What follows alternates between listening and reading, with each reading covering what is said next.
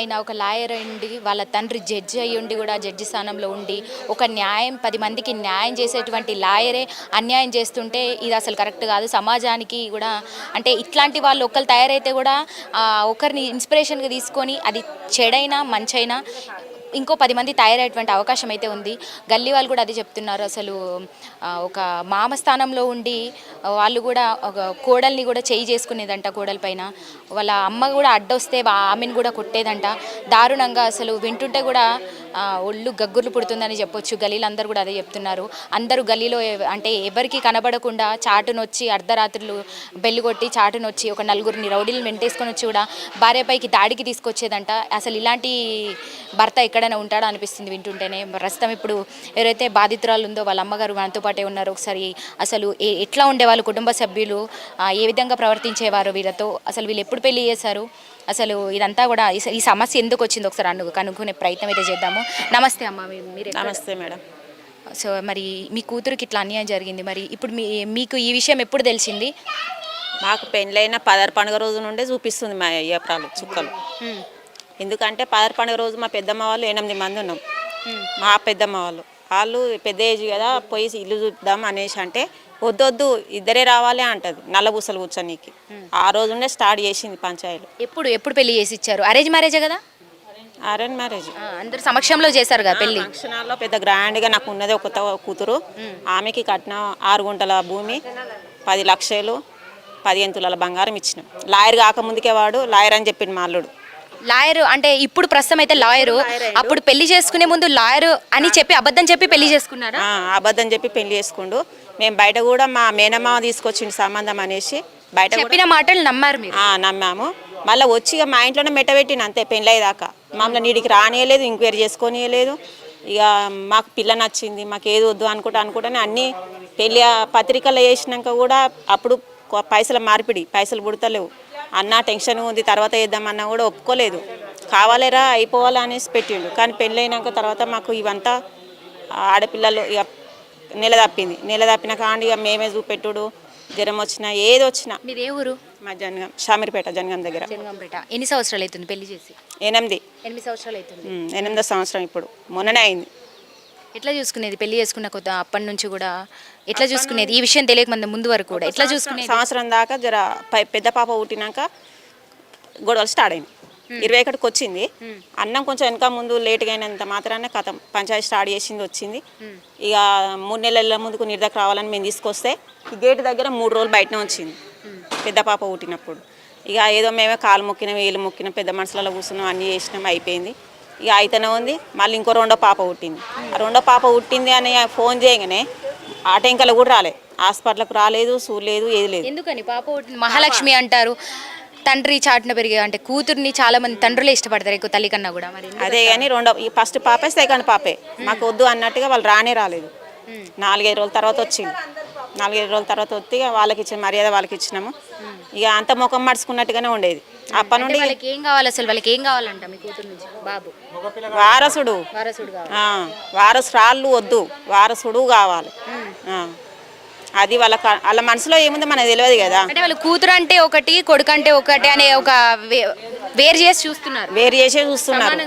సమానం కాదు, వేరు చేసే. ఇప్పుడు ఈ ఉన్న కాలంలో కూడా ఇట్లా వేరు చేసి చూస్తున్నారు. వేధింపులిగా జ్వరం వచ్చినా పట్టించుకోకపోవడం. నా ఇంటికి తోలేదు జ్వరం, ఈవిడ ఇంత వస్తుందని చెప్పుకుంటాడు కదా, నా ఇంటికి తోలేదు. జ్వరం వచ్చినా, దగ్గు వచ్చినా, సర్ది వచ్చినా కూడా సరే అని అట్లా కూడా నేను అన్నిటికీ భరించుకుంటూనే వస్తున్నాం. ఏమన్నా లొల్లి ఎక్కువ పెడితే ఇంట్లో పిల్లల్ని వేసి కొట్టుడే. మేము బయట ఏమన్నా అడుగుడు చేసుడు చేస్తే తీసుకొచ్చుడు, ఇంట్లో వేసి కొట్టు. అంటే మీ నోరు మూయించడానికి మీ కూతుర్ని కొట్టి వేధించేది. సరే ఇక మేము ఏమనొద్దు, వాళ్ళు చక్కగా ఉండే చాలు అన్నట్టుగా మేము కొంచెం అడగకుండా కూడా కొన్ని రోజులు ఉన్నాం. తర్వాత కడుపు చేసుడు, ఆభాషణ చేయించుడు, మళ్ళీ మా ఇంటికి పంపుడు, మళ్ళీ 3 నెలలు రెస్ట్ కానీ మళ్ళీ వచ్చాడు. 4 అబార్షన్లు అయినాయి ఆమెకు. ఇప్పటికీ 7 ఆపరేషన్లు ఉన్నాయి. 7 ఆపరేషన్లు పిల్లలుగా, 4 అబార్షన్లు, పెద్ద ఆపరేషన్లు. 2 పిల్లలు పుట్టిలే ఫస్ట్ స్టార్టింగ్లో, అవి 2 పెద్దవి. 4 అబార్షన్ తర్వాత. మరి తెలీదా ఒక అంటే లా చదువుకున్నాడు, హెల్త్ పాడైపోతుంది, హెల్త్ ఆయన గౌరవం అదే. మేము లాయర్లం, జడ్జీలం, మమ్మల్ని ఎవడు ఏం చేయలేడు. మీరంతా నా కాలు కిందోలా అంటది మా అయ్యప్రాలు అంటుండే ముఖం పట్టుకొని అంటుండే నన్ను ఎవడేం చేయలేదు నువ్వు ఎంతమందిలో పోయి చెప్పుకున్నా మాకు ఈక కూడా వీకరు అన్ని గలీజ్ మాటలు వస్తాయి వాళ్ళకి. ఇప్పుడు మీరు చూసినటువంటి ప్రకారం వాళ్ళ కుటుంబ సభ్యులు అంటే తండ్రి జడ్జ్, కొడుకేమో న్యాయవాది, మరి ఇట్లాంటి ఎడ్యుకేటెడ్ ఫ్యామిలీ అయ్యుండి కూడా మరి ఇట్లా అన్యాయం చేశారు మొత్తానికి. మరి నిజంగానే ప్రజలకు అంటే వాళ్ళ దగ్గరకు వచ్చేటువంటి క్లయింట్లకి ఎట్లా చేసేది? నిజంగా న్యాయమే చేసేది అన్యాయం చేస్తుంది? అంతా అన్యాయమే. మొత్తం డబ్బులు మాట ఇప్పుడు కేసు వచ్చింది అనుకో ఫస్ట్ లక్షల చేతిలో పెట్టి అంటాడు, తర్వాత వాడు వచ్చిండు అనుకో తరిమి కొడతాడు. అట్లా కూడా ఎంతో మంది ఇంటికి వస్తున్నారు అంటే డబ్బులు చేతిలో పడందే పని కాదన్నట్టుగా మాట్లాడు. అంత బెదిరించుకొని తినడు ఈ సొమ్ము అంతా మందిని కష్టంతో సంపాదించింది ఏం లేదు. నా అన్యాయం చేసే బతికిండు. న్యాయంగా బతికిన రోజులు లేవు, న్యాయంగా ఉన్న రోజులు కూడా లేవు. ఇప్పుడు లాస్ట్కి వచ్చేసరికి ఈ 4 అబర్షన్లు అయినాయి అన్నీ అయినాయి. ఇప్పుడు కొత్తిల్లని ఆర్కే నగర్లో పెట్టిండు, అది కడుతుండు. ఆర్కే నగర్లో కొత్తిల్లు కడుతుండు. ఆడో మిషన్ అంటాడు, ఇది అంటాడు, అది అంటాడు. ఈమె ఇక్కడనే ఉండేది ఫ్యామిలీ, కాకపోతే 4 నెలల నుండి ఆడ మెట్ట పెట్టిళ్ళు. వాళ్ళు లోపల ఈమె రానిపోయేది, ఎందుకంటే వాడు బండారం బయట పడుతుంది అని. మెల్లమెల్ల రెండో సంబంధం చేసింది అమ్మాయి. అంటే నిజంగా ఇప్పుడు మీ అల్లుడే ఇదంతా పని చేశాడు అనుకుంటున్నారా, లేకపోతే అత్త మామ దగ్గరుండే ఇదంతా చేయించారనుకుంటున్నారా? గూడపుటానిగా అత్త మామని మెయిన్ అత్తనే. ఎట్లా ఉండేది ఆమె మనసులో మొత్తం వారసుడు కావాలని ఉండేది. ఫోన్లలో కూడా భీమా కాడాలు పెట్టుడు, కృష్ణుని పెట్టుడు, అంత వెరైటీ. ఆ మనిషే వెరైటీ. మొత్తం వారసుడి మీద బాగుండేది. అటు ఇటు చేసి నా కొడుకు ఏమని అంటే 2 పెళ్లి చేస్తా అని చెప్పేది అందరికీ. 2 పెళ్లి బరాబరి చేస్తా అని చెప్పేది, చేసింది కూడా. ఈమె మాకు తెలియదు వాస్తవానికి ఎందుకు వస్తలేవు ఏం కథ. ఈ 15 రోజుల నుండి అటెంకలు వస్తలేవు. పిల్లల పరిస్థితి ఏంది, పిల్లలకు ఊకొస్తాయి జ్వరాలు. వాళ్ళు దాకా ఇంకొకరు స్టార్ట్ అవుతూనే ఉంటాయి.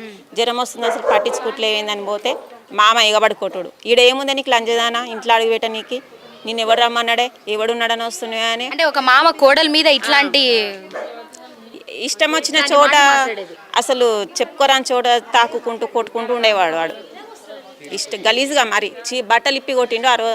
ఏ రోజు ఈమెనే కోడల్ని మిషన్ సాటికి పడుకొని ఉంటే కాలు బట్టి బయట గుంజి చీరిపేసి కొట్టిండు. అది రికార్డ్ అయింది. కాకపోతే సీసీ కెమెరాలను ఎమ్మడే పిలిపించి ఆ రికార్డ్ మొత్తం తీపిచ్చిండు. ఆ రోజు కూడా మాకు గుర్తుంది. ఆ రోజు ఒకటి బయట పెట్టమని అంతా బయట పడుతుంది ఆయనది. తర్వాత ఇక సిద్దిపేట అమ్మాయిని చేసిండు. మేము తిరగంగా మొన్న 15 రోజుల కింద 20 రోజుల కింద బయటపడ్డది. ఆమె ఇట్లా చేసుకుంది అసలు? అంటే పెళ్ళైంది, 2 ఆడపిల్లలు ఉన్నారని తెలిసి చేసుకుందా, తెలియక చేసుకుందా? వాళ్ళని అడిగితే ఏమంటుళ్ళు, చనిపోయిందని చెప్పింది. మీ కూతురు చనిపోయిందంట, 2 పిల్లలు అంట, హాస్టల్ వేసిల్లంట.